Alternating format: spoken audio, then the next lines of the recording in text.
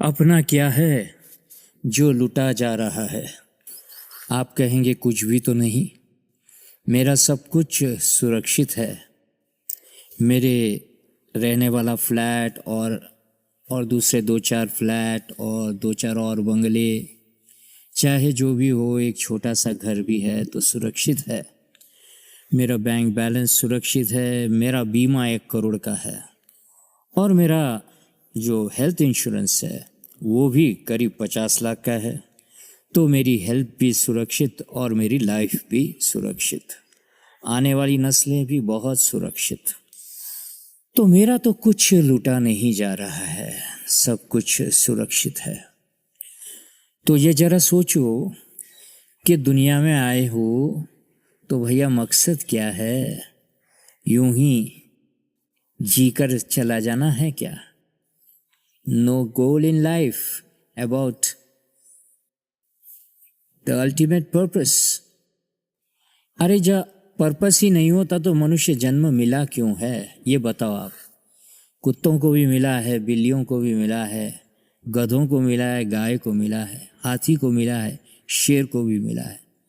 ऐसे आपको भी मिल गया क्या? ऐसा है जीवन के अंतिम समय में, यानी कि जब आपको पता चल जाए कि अब और दिन नहीं रहे या और क्षण नहीं रहे, तब ये कौन सा विचार आपको सताएगा? जरा सोचो आप।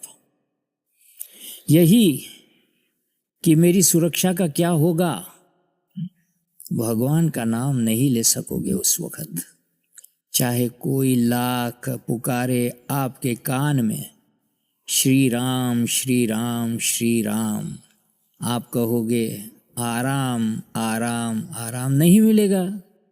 मन में सारी चिंताएं घिरी रहती है, वासनाओं का एक बड़ा जाला आपके गले में, आपके सारे शरीर को जकड़े हुए रहता है।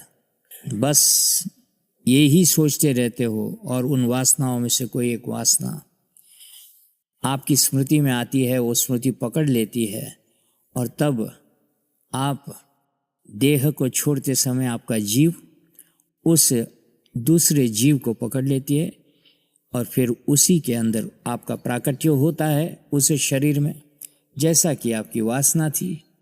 जो भी जब स्वप्न आता है, आपको कोई कंट्रोल होता है क्या? नहीं होता है ना। क्या देखते हो, क्या दिखता है, उस पर कोई कंट्रोल नहीं होता। इसी तरह से उस अंतिम क्षणों में आपको अपने मन पर कोई कंट्रोल नहीं रहता। राम को भी याद करना चाहो तो नहीं कर सकोगे आप, सारा जीवन नहीं किया आपने। तो बताना ये चाहते हैं आपको, और राम का नाम र भी नहीं निकलेगा आपके मुंह से, तो बताना ये चाहते हैं आपको कि स्वप्न की भांति आप एक स्मृति, आपका जीव पकड़ लेगा, आपके कंट्रोल में नहीं होगा और फिर आपको उसी तरह का देह प्राप्त होगा। फिर 84 लाख के चक्कर में पड़ो आप, है कि नहीं? और फिर भी भगवान की दया हो जाए बीच बीच में तो आपको फिर मनुष्य देह आउट ऑफ लाइन, क्यू में से निकाल कर दे देते हैं। और ये जीवन भी आपको आउट ऑफ क्यू मिला है, क्योंकि जब से आपके जन्म हुए हैं तब से अगर गिना जाए तो आपकी ये 84 लाख की मल्टीप्लिकेशन ये ज्योमेट्रिकली इंक्रीज हुई है। और आप चाहे कितना भी कर लो, आपको मनुष्य जन्म प्राप्त होना नामुमकिन था, पर आपको मिला है। और मिला है तो भगवान के प्रति आपका समय निकालो, आज से ही 2 घंटा निकालो, नहीं नियमित निकालो। जितना नियम से निकालना है उतना नियम से निकालो और फिर उसमें 2-2 मिनट 5-5 मिनट बढ़ाते जाओ। थोड़ा उनसे कनेक्टेड रहो भाई साहब, थोड़ा कनेक्टेड रहो। ये जीवन का कोई अर्थ ही नहीं है।